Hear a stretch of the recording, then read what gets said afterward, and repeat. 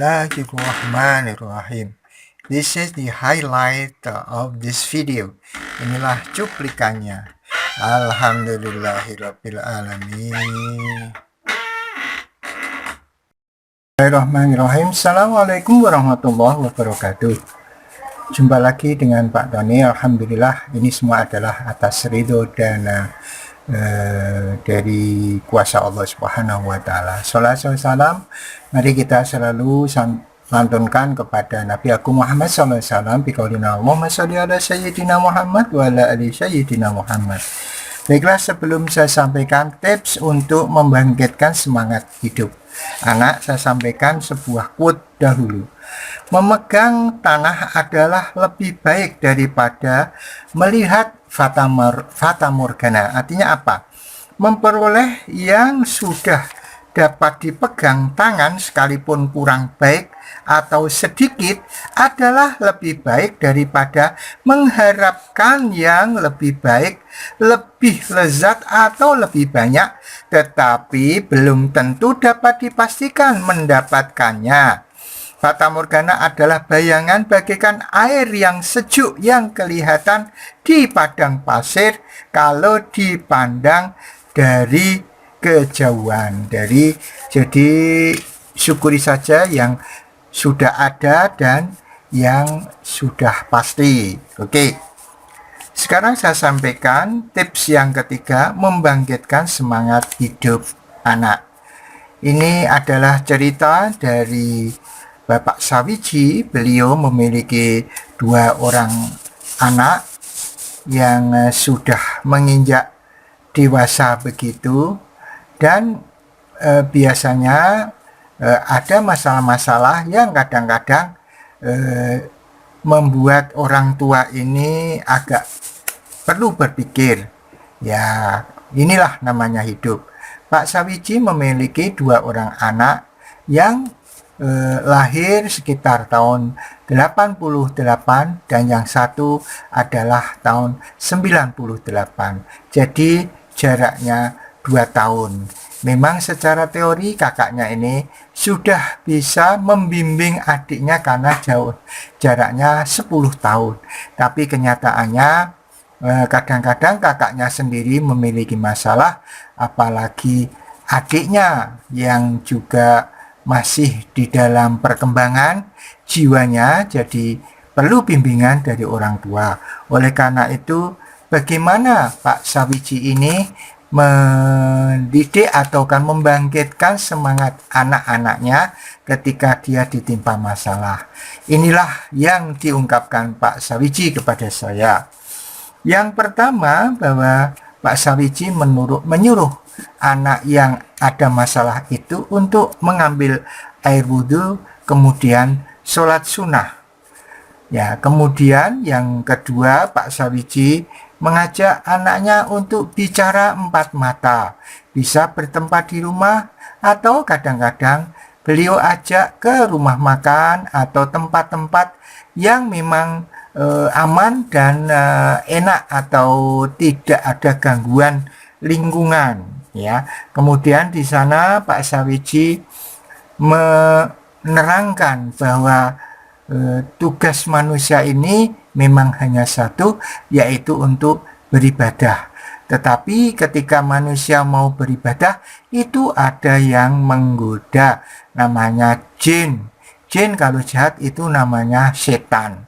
Dan Pak Sawiji juga menekankan bahwa apa yang dialami anaknya itu adalah dialami semua orang. Tetapi hendaklah diingat bahwa apa yang diuji itu adalah kehendak dari Allah. Ujian itu datang sudah merupakan kehendak dari Allah. Jadi harus ikhlas. Dan Pak Sawiji kemudian ketika bicara 4 mata memberikan semangat juga bahwa manusia itu sudah dibekali dengan kemampuan. Ya, Allah tidak akan membebani kehidupan seseorang di luar batas kehidupannya. Ya, jadi la yukallifullahu nafsan illa wusaha laha ma kasabat wa 'alaiha maktasabat. Jadi Allah itu memberi cobaan sebatas dengan kemampuan orang tersebut. Beliau tekankan motivasi ini kepada anak-anaknya agar anak-anaknya itu sadar bahwa jangan sampai menganggap Tuhan itu jahat atau dia merasa sangat bersalah kemudian putus asa, ya.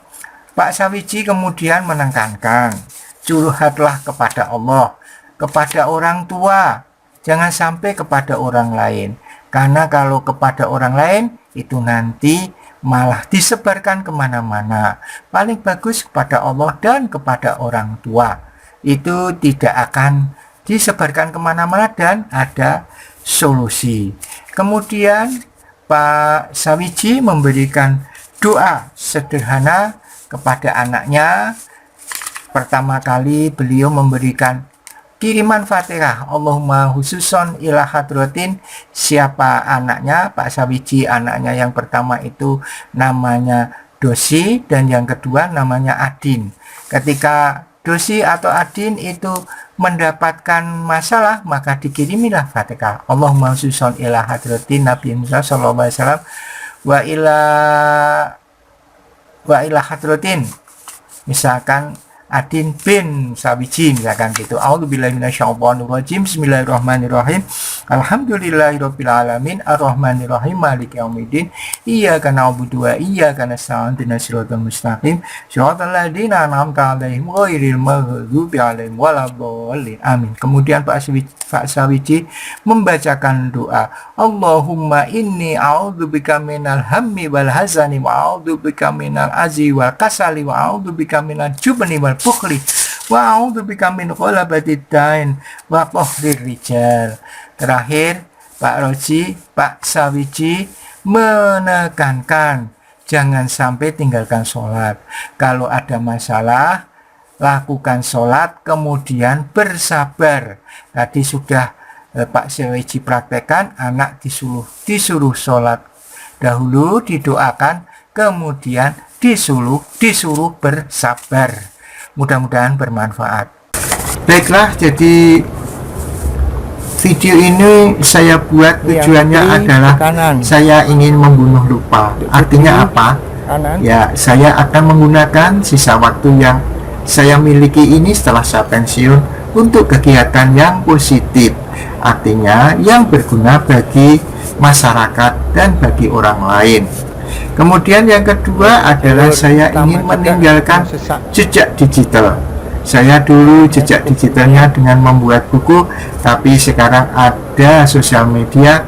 Saya ingin membuat jejak digital yang nantinya walaupun saya sudah meninggal, video ini bisa ditonton oleh orang lain, oleh anak-anakku, oleh keluargaku, dan harapan saya itu bermanfaat.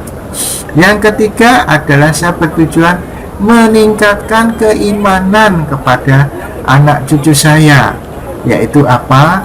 Saya berusaha membuat awal dari video itu dengan pesan-pesan akhlakul karimah, ya. Jadi quote-nya itu quote akhlakul karimah. Harapan saya itu bisa membuka mata hati Anda. Yang keempat, pesan saya kepada para pemirsa dan anak cucu saya, jangan tinggalkan sholat dan jangan Anda meninggal selain beragama Islam. Jadi Anda jangan sampai meninggal tidak beragama Islam.